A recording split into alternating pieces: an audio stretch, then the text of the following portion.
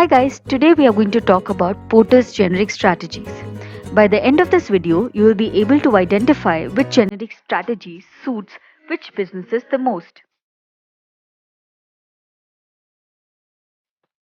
The key strategic challenge for most businesses today is to identify a way of achieving a sustainable competitive advantage over other competing products and firms in the market.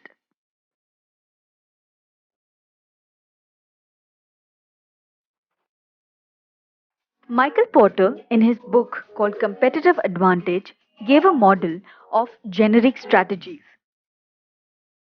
He argued that a firm's strength ultimately fall into two headings. First, cost advantage. Second, differentiation. These strengths could be applied in either a broad or a narrow scope, which gave rise to three strategies: cost leadership, differentiation, and focus. Let's discuss cost leadership strategy. This strategy calls for being the low cost producer in an industry for a given level of quality.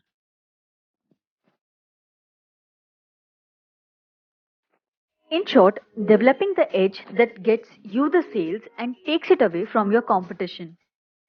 There are two main ways of achieving this.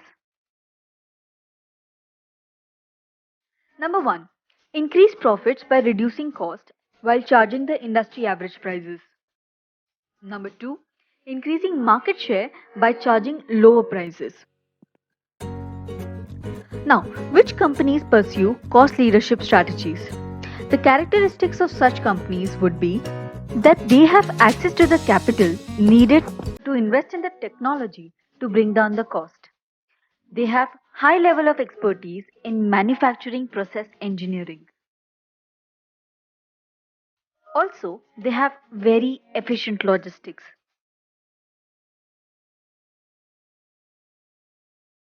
What are the risks in adopting this strategy?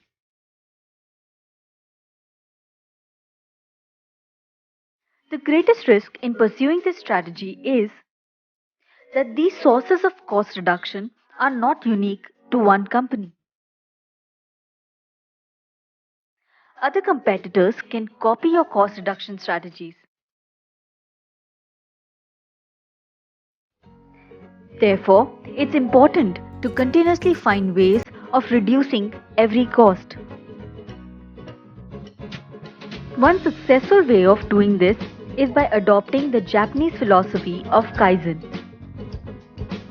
Let's look at some examples. Number one, Walmart. We all know that they have a cost leadership strategy. Walmart uses its massive buying power to force the supply companies to become more efficient and sell products at a low price all the time. Another good example would be General Mills. To improve productivity, the technicians of the company were sent to watch the pit crews during a NASCAR race. That experience inspired the techies to analyze their production processes. They were able to reduce the time it takes to switch one of their plant lines from 300 minutes to just 20 minutes. There is an important lesson in this example. That is, many interesting benchmarking examples can take place far outside of an industry. Another example would be Southwest Airlines and McDonald's.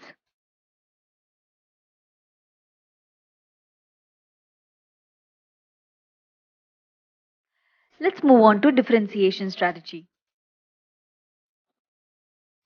It involves making your products and services different from your competitors and also more attractive than those of your competitors. The methods of achieving differentiation can vary broadly across industries. It can involve various features, functionalities, durability, and how the product or the brand is marketed to achieve an image which customers value.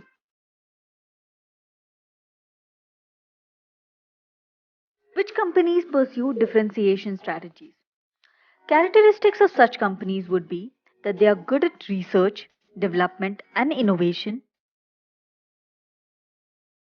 They have the ability to deliver high quality products or services. They have recognizable branding and effective sales and marketing strategy. And they have the agility in new product development processes. What are the risks in adopting this strategy?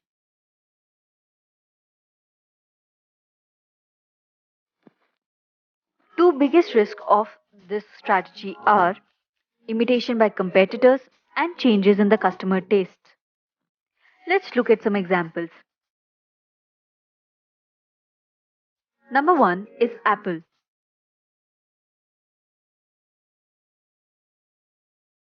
The company's products have always been designed to be ahead of peers.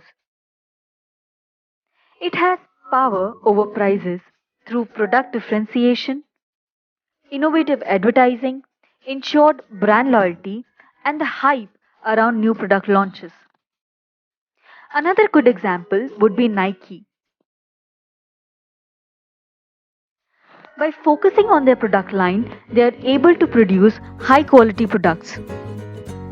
Their product line is not wide, but their focus is clear. That is, to give the athlete the equipment they need to succeed. Another example would be Samsung and the South Korean real estate giant GS ENC. Let's move on to focus strategy. Companies that use focus strategies concentrate on a particular niche market. Within these markets, they attempt to achieve either a cost advantage or differentiation.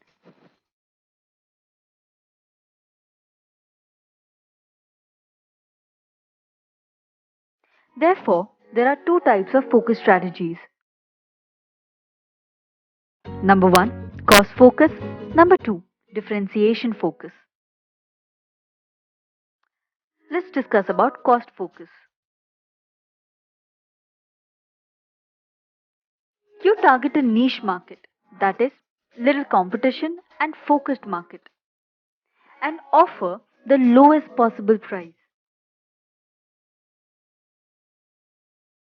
An example would be budget food items or other household tools which are generally sold in the local supermarkets. Let's talk about differentiation focus. The organizations will look to develop product differentiation, but only within one or a smaller number of market segments. This approach is the most common niche marketing strategy.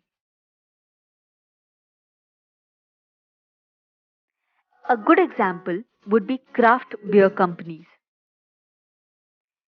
who can charge a higher price compared to large breweries due to the uniqueness of their products.